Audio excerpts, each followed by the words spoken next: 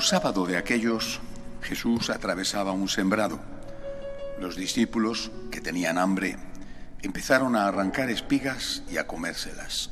Los fariseos, al verlo, le dijeron: «Mira, tus discípulos están haciendo una cosa que no está permitida en sábado». Les replicó: «¿No habéis leído lo que hizo David cuando él y sus hombres sintieron hambre? Entró en la casa de Dios y comieron de los panes presentados, cosa que no les estaba permitida, ni a él ni a sus compañeros, sino solo a los sacerdotes. ¿Y no habéis leído en la ley que los sacerdotes pueden violar el sábado en el templo sin incurrir en culpa? Pues os digo que aquí hay uno que es más que el templo. Si comprendierais lo que significa quiero misericordia y no sacrificio, no condenaríais a los que no tienen culpa, porque el Hijo del Hombre es Señor del sábado». Palabra del Señor. Gloria a ti, Señor. Este acontecimiento, este hecho, porque no es un milagro, sino una cosa que ocurrió, en este caso, significaba romper una ley importante para el pueblo judío, que era la ley del respeto al descanso en el sábado. Este hecho, quizá también como otras cosas, ha sido mal interpretado. A veces una frase sacada del contexto significa lo contrario cuando se lee en el contexto en que fue pronunciada. Por ejemplo, quiero misericordia y no sacrificio. ¿Qué significa? Para algunos significa que Jesucristo es una especie de libertino, de ácrata, de anarquista moral. No quiere que te sacrifiques, o sea, no quiere que hagas cosas que te cuesten. Da gusto a tu cuerpo, haz lo que te apetece. Cristo como el gran enemigo del esfuerzo. Evidentemente esto no fue así, ni fue así en la vida de Jesús, basta recordar la cruz, ni fue así en sus enseñanzas. Por eso los textos hay que medirlos, estudiarlos en el contexto. Porque a continuación de decir esto, el Señor añade: no condenaríais, si entendierais lo que significa esto, quiero misericordia y no sacrificio, no condenaríais a los que no tienen culpa. No dice Jesús, no condenaríais a los que son culpables. Reconocería incluso en ese caso que esas personas son culpables, pero no hay que condenarlas en función de la misericordia. Pero no dice esto. Dice, no condenaríais a los que no tienen culpa.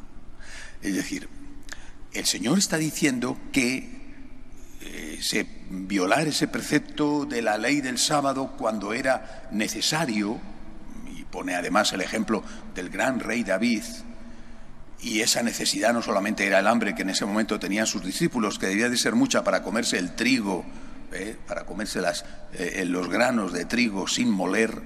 Bueno, pero eso era una cosa menor. Podía hacerse esa violación y Jesús la hizo, por ejemplo, cuando él curaba a un enfermo en sábado, ayudaba a una persona necesitada. Es decir, la ley estaba bien, era necesario el descanso, pero esa ley admitía excepciones que el propio Dios imponía, permitía, porque la gran ley era la ley del amor, la ley de la caridad. Pero esas violaciones a la ley no eran culpa, es decir, no eran pecados. Eso no significa, por lo tanto, que cualquier violación de la ley sea permitida o que cualquier violación de la ley no sea pecado. Insisto, el Señor no dice quiero misericordia y no sacrificios y por lo tanto haced lo que os dé la gana. Tentación que viene, tentación en la que hay que caer y no te preocupes, porque aquí somos tan misericordiosos que hemos suprimido el concepto de bien y de mal y no hay nada que sea malo, nada, de ninguna cosa, no solamente con respecto al sexto mandamiento, de ninguna cosa, ni robar, ni matar, ni hacer nada de nada es malo, porque aquí lo que importa es la misericordia. La misericordia ha hecho desaparecer el concepto de pecado y ya no existe el pecado, que cada uno haga lo que quiera.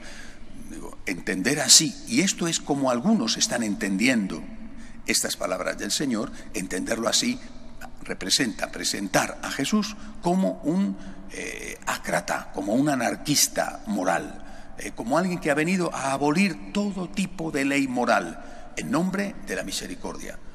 Vuelvo a repetir, el Señor dice, no condenaríais a los que no tienen culpa. Porque aquello que estaban haciendo, comer un puñado de granos de trigo, aunque fuera el sábado, no era un pecado. O él mismo, cuando él ayudaba a una mujer que estaba con problemas o a una persona que estaba con problemas, aunque fuera sábado, eso no era un pecado. Está redimensionando el concepto de pecado y puede hacerlo. Y dice que puede hacerlo porque Él es más grande que el templo, es decir, Él está presentándose como Dios, el verdadero legislador. Él puede hacerlo, Él es Dios, Él es el único que puede modificar el concepto de bien y de mal, no ese concepto de bien y de mal transmitido de forma presente en la naturaleza y transmitido de forma revelada por Dios, sino más bien un concepto de bien y de mal que había sido añadido con posterioridad y que no era conforme a la voluntad de Dios, como era llevar la ley del sábado a esos extremos ridículos. Insisto, la misericordia no significa tolerancia con el mal. La misericordia no significa que podamos hacer lo que nos dé la gana, porque el mal ya no existe y cada uno puede decidir por sí mismo qué es bueno y qué es malo, o simplemente decidir que todo lo que le conviene es bueno, lo que le gusta es bueno, lo que le pide el cuerpo es bueno. La misericordia consiste en que cuando hacemos el mal, pedimos perdón y el Señor nos perdona. Esa es la misericordia. Cualquier otro concepto de misericordia es contrario al concepto de misericordia predicado por Cristo. Tú haces el mal, pide perdón, el Señor te perdona, sigue luchando. Eso es lo que el Señor nos enseña, eso es lo sano. No solamente es lo justo, eso es lo sano. Es decir, eso es la fuente de la salud espiritual y también física. ¿Has cometido el mal? Pide perdón, es el Dios de la misericordia. Haz un propósito de enmienda, sigue luchando, el Señor te va a ayudar. En eso consiste la misericordia divina. De pie, por favor.